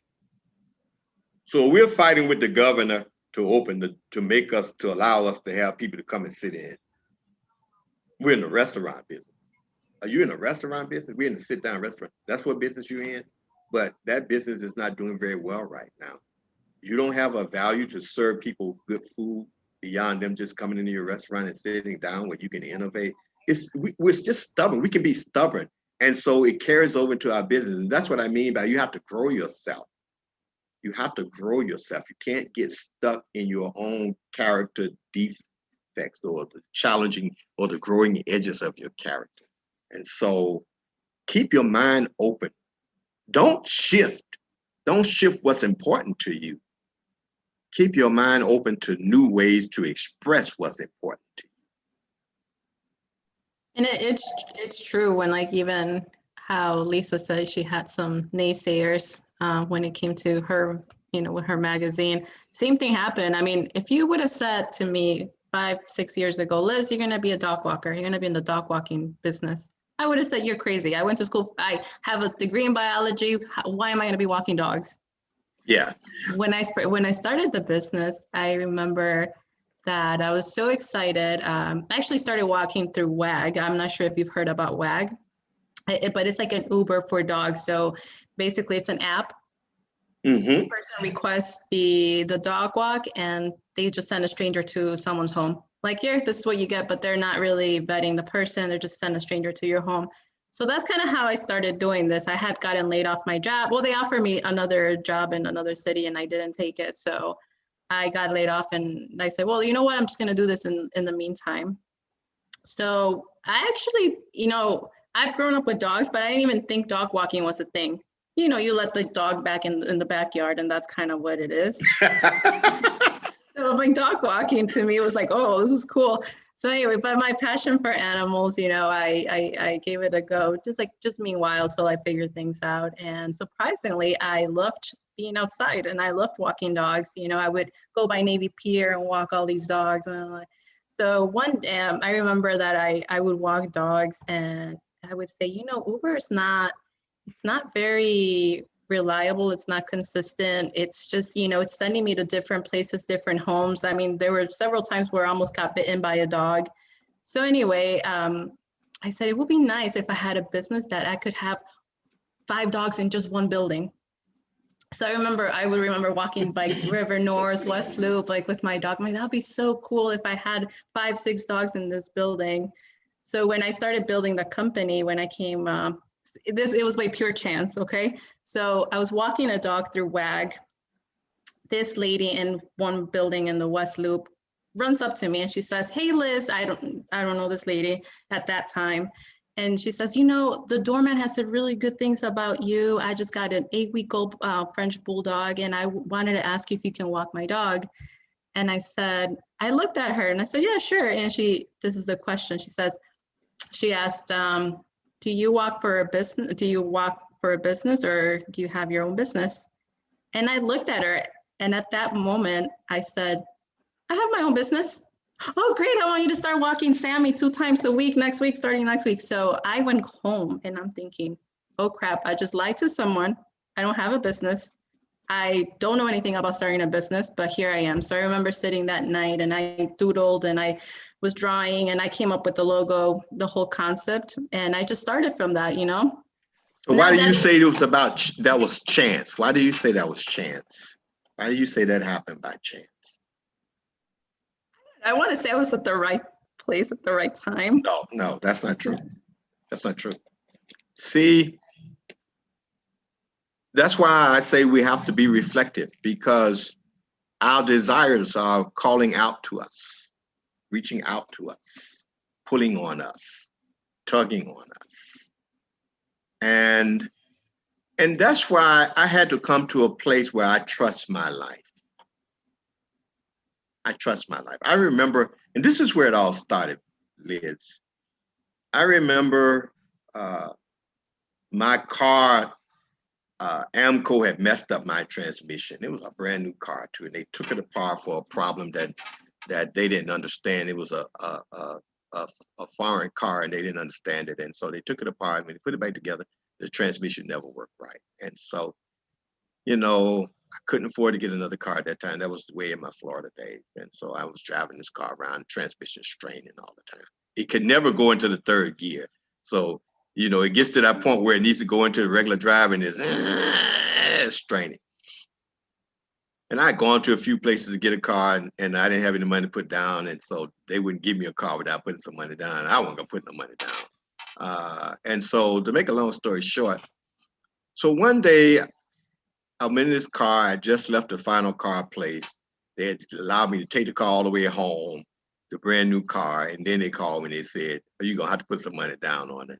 And I said, "I'm not." So I brought the car back. And I said to life, I said, to God, to life, I trust you. And that transmission said, when I got through the word you, it said, I trust my life. And I don't look around to trust it. I trust it.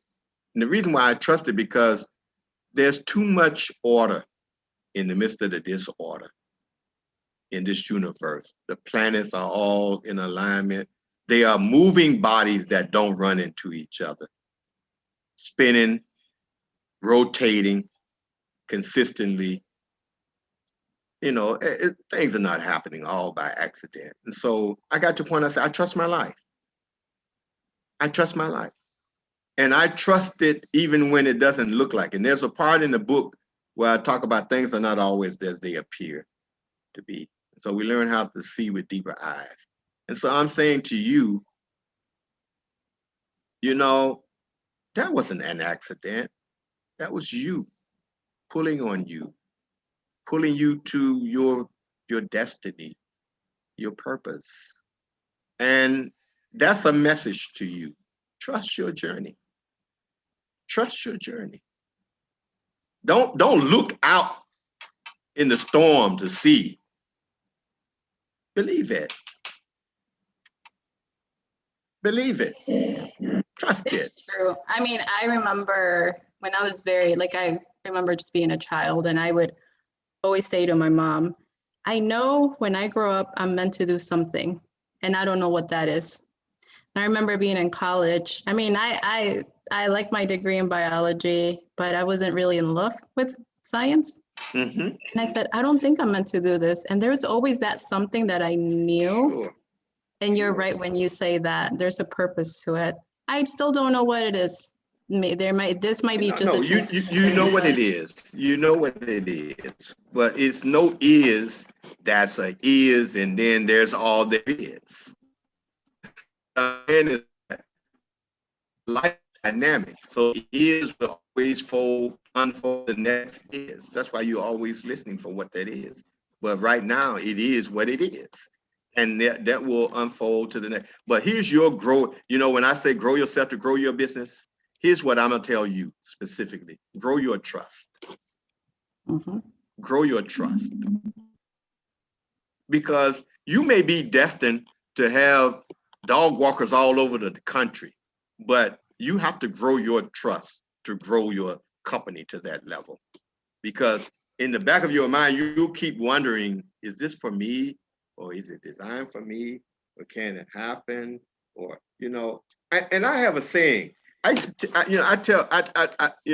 would tell my son.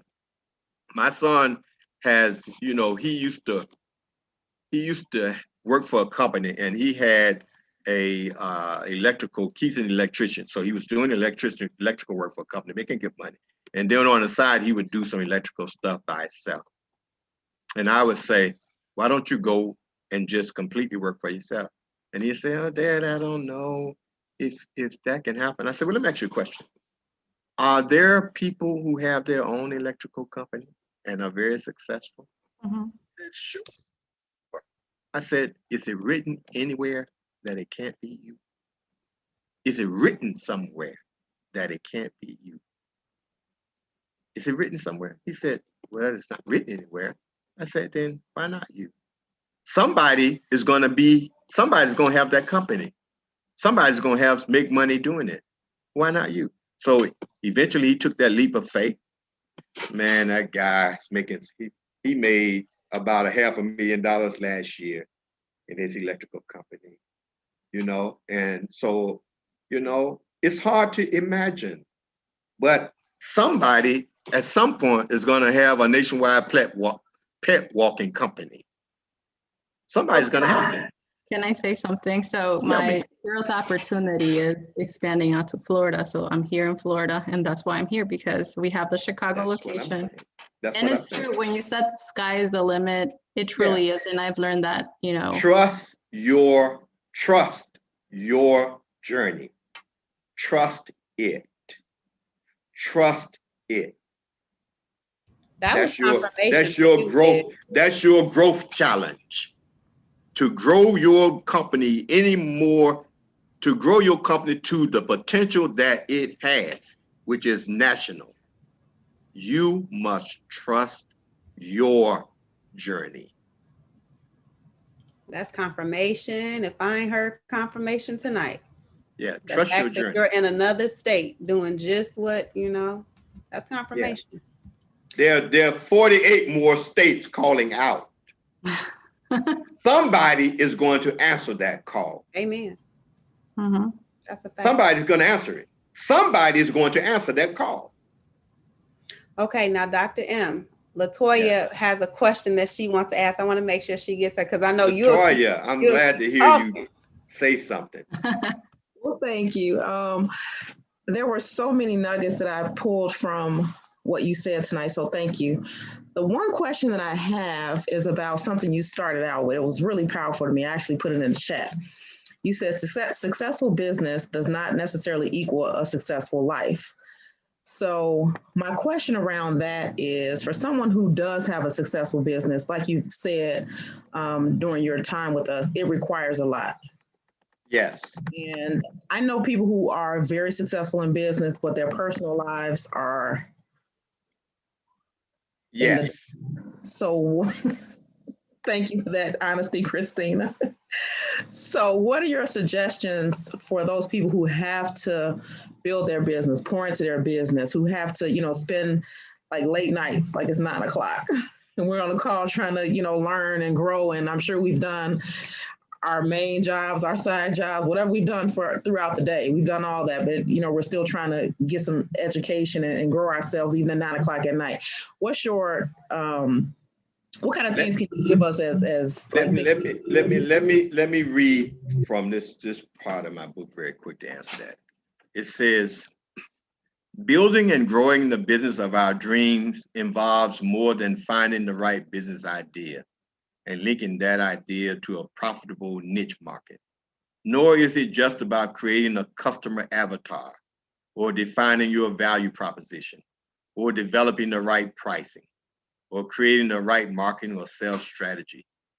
Neither is it simply knowing your financial numbers. Although these elements are essential components of an effective business plan and strategy, the foundation of business success starts with understanding the values, mental toughness, and character traits that undergird successful entrepreneurs, and then embodying those attributes. Yes, the journey to building a successful business starts with building the right character. This means opening ourselves up to the inner transformations that will enable us to grow our enterprises during the difficult circumstances we will inevitably encounter along the way. Winning the inner war releases the power for personal success in all our external circumstances, home, work, business, and elsewhere. Without building a solid inner foundation, entrepreneurs will face a difficult journey navigating the obstacles and challenges that lay on the path to business success. Sadly, building a business without building up who you are as a person along the way is the reason many entrepreneurs struggle with depression and other mental health challenges as they attempt to deal with the daily stress, uncertainty, and exhaustion that comes from being a business owner.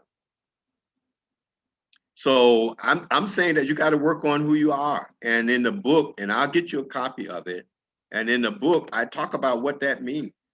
How do you overcome your self-sabotaging elements? How you build mental toughness and resilience?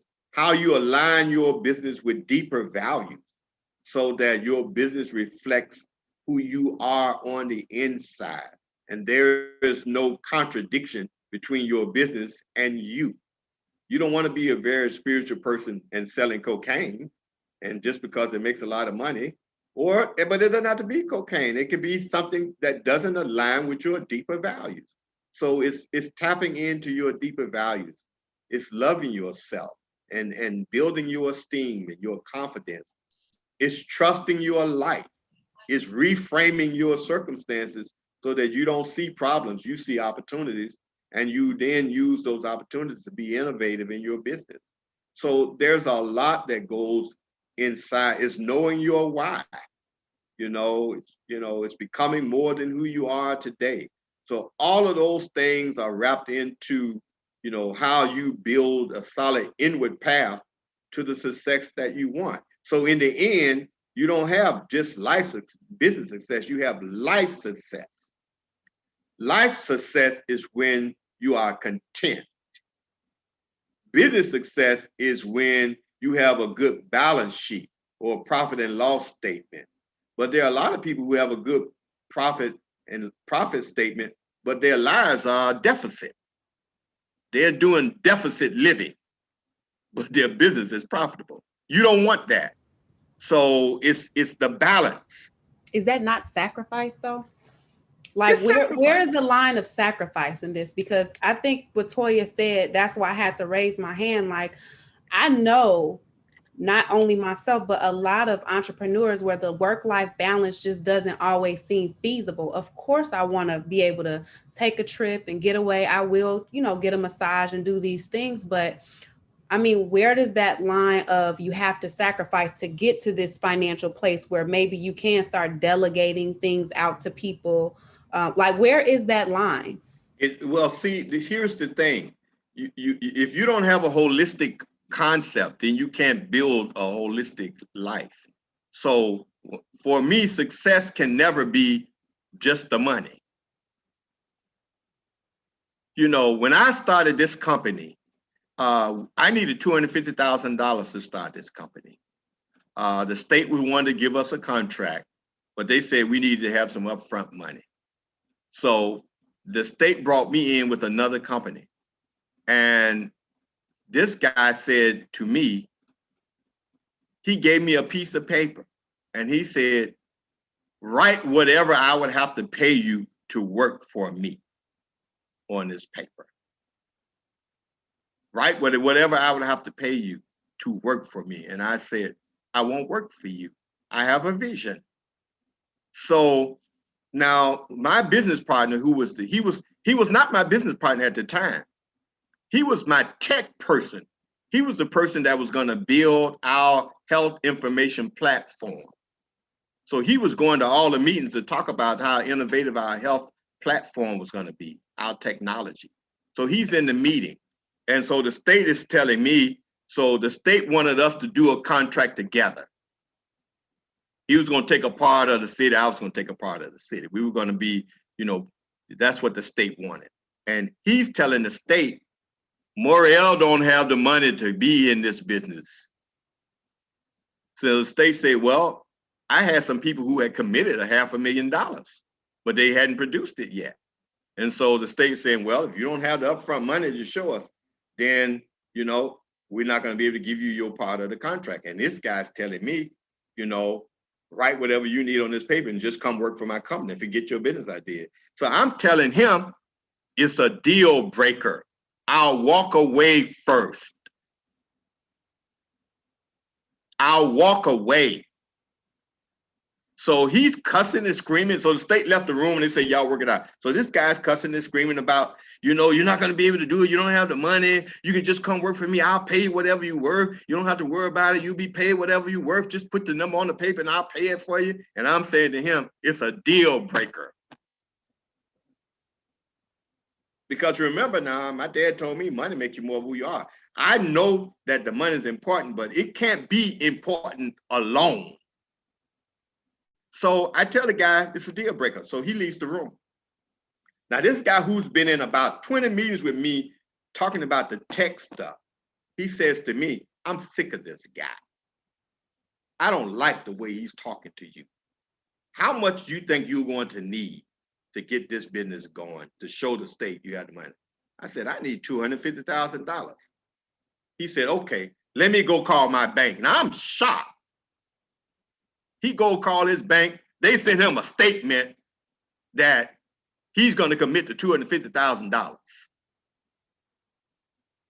The guy come back in the meeting. I'm holding a piece of paper. I got it. I got it. I got it. I got it. Now go call the state back in. I got what I need. So I'm saying to you is that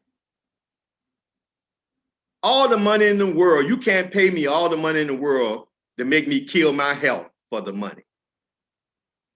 You can't pay me enough money that's going to make me kill my mental stability. It's all a balance for me. It's either all or nothing. So I'm not so desperate for business success that I'm going to destroy my mental and emotional state. That's just me. That's my value. That's my value. I want, you know, a part of my whole approach to life is win-win. That's how I deal with people. That's how I deal with contracts. That's how I deal with partnerships. And that's how I deal with myself. Win-win. I don't want to win and my body lose. I don't want to win and my family lose. I don't want to win and my mind lose. I want to win-win. So if it takes me, and I put in a lot of hours, that's what I said. And I've been on the insane side of it, and I've been to the doctor where my blood pressure had gone up and my back was, you know, all out of sort. I'm not doing that for no amount of money. So I'm saying that each person has to decide for themselves. I'm just simply saying that for me, life is balance. So you just have to work it out for depending on where you are. For me, I take my time. And I make my staff do the same thing. I have some people who's supposed to get off at 5. Let me see them around here at 6:30. I say, go home. We're just trying to, you know, I had so many things on the list. I say, if you die today, we'll get them done. Go home. Your family is important to me. This business is important, but your family is important. Go home to your family. And if I catch you staying late again, I'm going to fire you. I tell them, I'll fire you for working too long for the company. Don't make this company everything to you. I tell my employees that. Don't make this company everything to you. I don't want you doing that. Leave at 5, 5:30, fine. Work a few extra minutes, fine. But if I catch you here every night, 2 or 3 extra hours talking about you trying to work for the company and you say, no, I don't want you doing that. I'll fire you because you don't have no sense. You're going to kill your family for this company. Why? I'm not going to even do that. Go home. Get out of here. They be like, Doc is crazy. Doc is crazy. Doc be screaming at people because they stayed late. Yeah, I am. You don't have no balance. And I don't want no unbalanced people working for me. So, LaToya, it's you know, I know. Business will claim your soul if you let it. It'll claim your soul. Don't let it.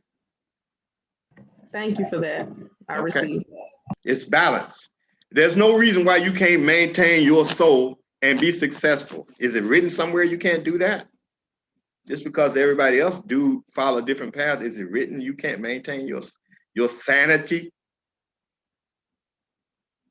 No, it's not. That's just what we do. It's not what we're required to do. That's the truth. Now, Sarah and Patrick, I want to make sure you all get an opportunity to ask questions if you have any. I don't. I was just putting in the chat box that I had a great time, but I have to go and put my son down. Please. It's 9. It's after 9. Thank you. Oh, it is after 9. Sarah, thank you for reminding us to go home. Thank you so much, Sarah. I hope this was helpful. And I will be emailing you all to get your addresses so that you can get Dr. M's book. Wonderful. Thank you so much. So welcome. Thank you. You're welcome. Good night, Patrick, everyone. good night. Yes. Good night. I was going to say thank you very much. I enjoyed your message. It was very inspiring, and it's motivating me to do a lot of things that I'm passionate about, and exactly finding some balance between work and family. So Yeah. Please. Please. I really enjoyed your lessons for tonight. Please. And when you read the book, you'll get more how to. Yeah. Awesome. Thank you. Thank you, Christina. You're welcome. Thank you guys so much. Beautiful. We love you. I love y'all. Really quick, thank you so much. I've been having a past rough weeks. I'm in a new state, trying to build something new, and obviously I've been feeling some type of way these last few weeks, but I'm glad that I got to do this. So thank you so much for. Thank you. We'll be in touch. Once you get the book, let's talk some more. Perfect. Thank you so much. Take care. Thank you. Awesome. Bye. Thank you. Thank you, guys. All right. Have a good evening. I'm going to go ahead and cut it off. You all can hang up. I'm going to say one last thing for the people watching. Make sure you like, share, subscribe. We will have our next master class will be, let me get my, it'll be next week, but let me tell you the exact day. It will be on the 19th, and we're going to have Dr. Rhonda Henderson from 10,000 Small Businesses. She's going to talk marketing to us as it relates to our businesses. So you all and anybody out there watching, if you need some support with marketing and just thinking through that aspect of your business, please be looking out for our live when we go live stream next week, same time, 7 to 9 on the 19th, which is next Tuesday. I hope everybody has a blessed rest of the week. Everybody bring somebody with you. Everybody bring somebody. Thank you, Dr. M. Everybody bring somebody with you. But thank you so much, Dr. M, for sharing. I think this was phenomenal. I think you really helped all of us think a little bit differently about the mental and the wellness side of being an entrepreneur, because it is very stressful. Oof. It is very stressful. And so we needed this. We needed this. So I appreciate your time and your wisdom and just your willingness to share. All right. Thank you. You're welcome, everybody.